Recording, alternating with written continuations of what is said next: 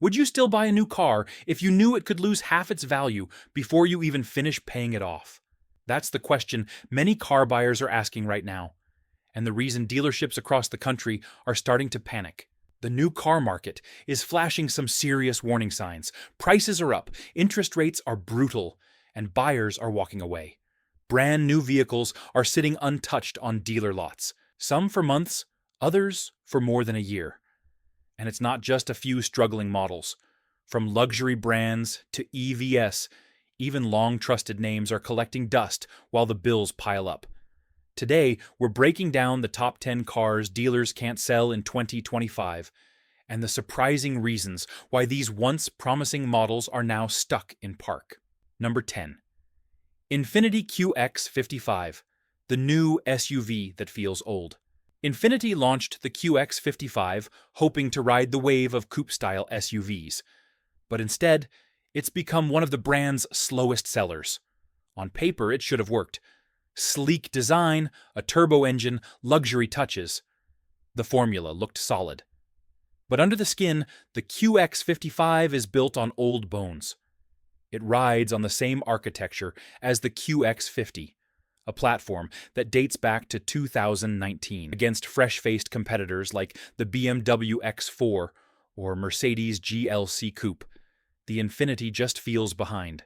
Its 2.0-liter variable compression turbo engine sounds innovative, but owners report sluggish throttle response and inconsistent fuel economy. Add to that Infiniti's shaky reliability record and fading brand image, and buyers are thinking twice. At an average price of around $53,900, it undercuts the Germans. But buyers know that spending just a little more gets them sharper performance and stronger resale. With a market day supply of 188, this SUV faces a steep uphill battle in an overcrowded segment. But that's nothing compared to what Ford's dealing with next. Number 9. Ford F-150 Lightning, the electric truck that stalled. When Ford announced the Lightning, the hype was off the charts. An electric version of America's best-selling truck. What could go wrong? Well, price, for one. With an average selling price just under $71,000, many buyers started asking what they were actually getting. The Lightning looks nearly identical to a regular F-150, just with a battery and a much higher price tag. Then came the recalls, from steering hazards to potential battery fire risks. Combine that with real-world battery drain while towing, and the Lightning's appeal fades fast for anyone using their truck for real work. Now, dealers are sitting on nearly 9,500 unsold Lightnings, with a market supply of around 190 days. For a model that was supposed to lead Ford into the EV future, the Lightning is losing its charge fast. Number 8. Nissan Murano, the comeback that fell flat. After nearly a decade without a redesign, Nissan finally gave the Murano a long overdue update. Sharper looks, a modern cabin, dual 12-inch screens, even massaging seats. On paper, it should have been a hit, but Nissan made a big gamble, replacing the reliable V6 with a smaller 2.0-liter Turbo 4. It's smoother, sure, but also less powerful, and in a world where SUVs compete on performance, that change didn't sit well with buyers. The bigger issue? Nissan's reputation. Years of internal chaos, leadership scandals, and reliability doubts have left a lasting mark. Even with the new look, many buyers see the Murano as too little, too late. Now, dealers are holding a 191-day supply, with nearly 15,000 units sitting unsold. And Nissan's not the only one struggling to find its footing. Even its American rivals are facing a slowdown. Number 7. Ford Mustang Mach-E, the EV with an identity crisis. It had the Mustang name, it had electric hype, but now, the Mach-E is becoming one of the most heavily discounted EVs on the market. After its 2020 debut, buyers rushed in. But the excitement didn't last. With EV demand cooling and competition rising, the Mach-E's flaws became hard to ignore. Depreciation is brutal. Some reports show up to 50% value loss in the first year.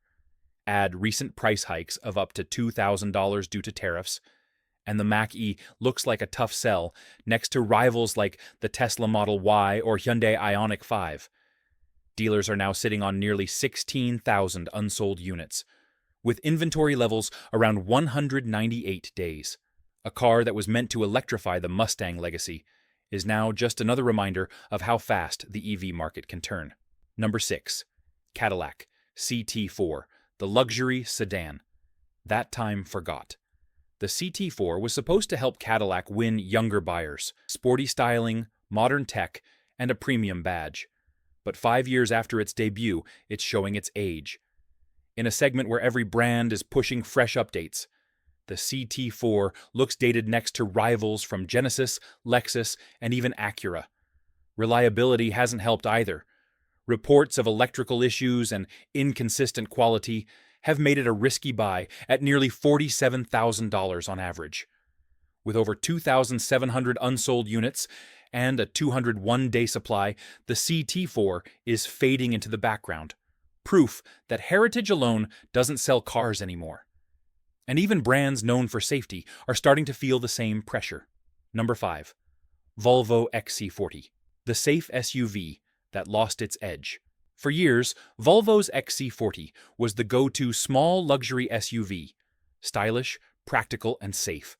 But now it's stuck in neutral.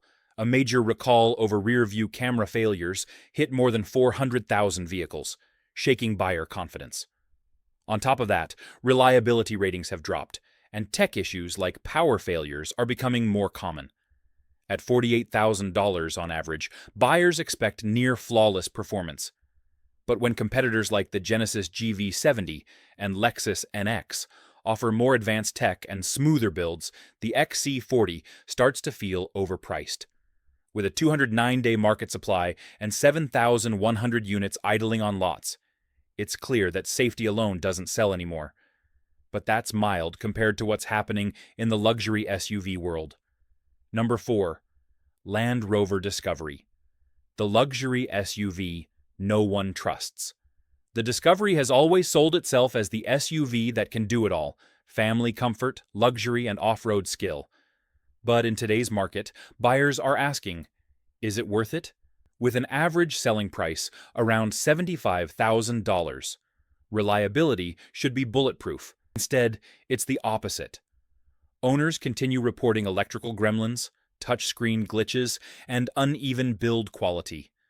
And with newer, smoother, and often cheaper rivals from BMW, Lexus, and Genesis, the Discovery is struggling to justify its price tag.